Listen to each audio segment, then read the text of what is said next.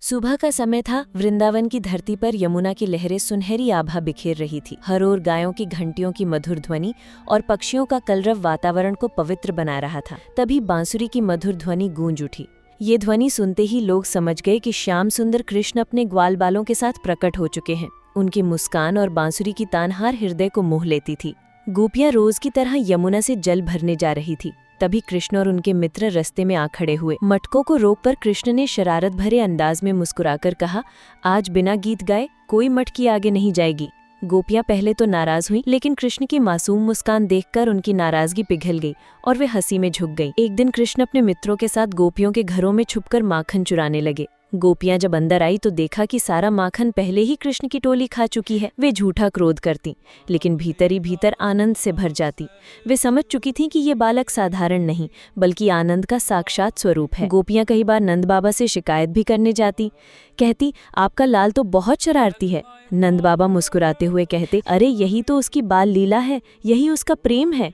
शिकायतें भी प्रेम में बदल जाती और पूरा गांव आनंद में डूब जाता। वन में बैठकर जब कृष्ण बांसुरी बजाते तो गोपियां अपने सारे काम भूलकर खिंची चली आती। यहाँ तक कि पक्षियों का गान रुक जाता और यमुना की लहरें भी ठहर जाती।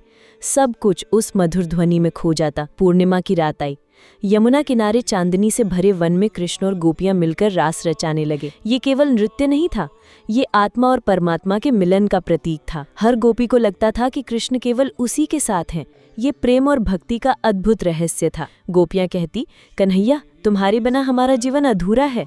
कृष्ण मुस्कुराते और कहते, मैं कहीं बाहर नहीं हूँ, मैं तो तुम्हारे भीतर ही हूँ। ये सुनकर उनकी आंखों से प्रेम और आनंद के आंसू बहने लगते। एक दिन कृष्ण अचानक वन में ओझल हो गए। गोपियां परेशान होकर उन्हें खोजती रहीं। अंत में जब वे थक कर बैठ गईं, तभी कृष्ण प्रकट हुए और बोले, जब तक तुम मुझे बाहर ढूंढोगी मैं नहीं मिलूंगा। जब अपने भीतर खोजोगी तब पाओगी कि मैं सदा से वही हूँ। गोपियों को समझ आ गया कि कृष्ण का प्रेम केवल उनका नहीं बल्कि पूरे जग का है। सच्चा प्रेम वही है जो स्वार्थ रहित हो और बांटने से और बढ़े। उन्होंने सीखा कि प्रेम बंधन नहीं बल्कि मुक्ति देता है। धीरे धीरे वृंदावन की रात शांत हो गई। गोपियां अपने घर लौट गई, लेकिन उनके हृदय में कृष्ण की बांसुरी की धुन सदा गूंजती रही। ये कथा सिखाती है कि कृष्ण केवल गोपियों के नहीं बल्कि हर उस हृदय के हैं जो प्रेम, समर्पण और विश्वास से भरा है। जब जीवन कठिन लगे तब कृष्ण की मुस्कान याद करके हर परिस्थिति को लीला मानकर आनंद से जिया जा सकता है।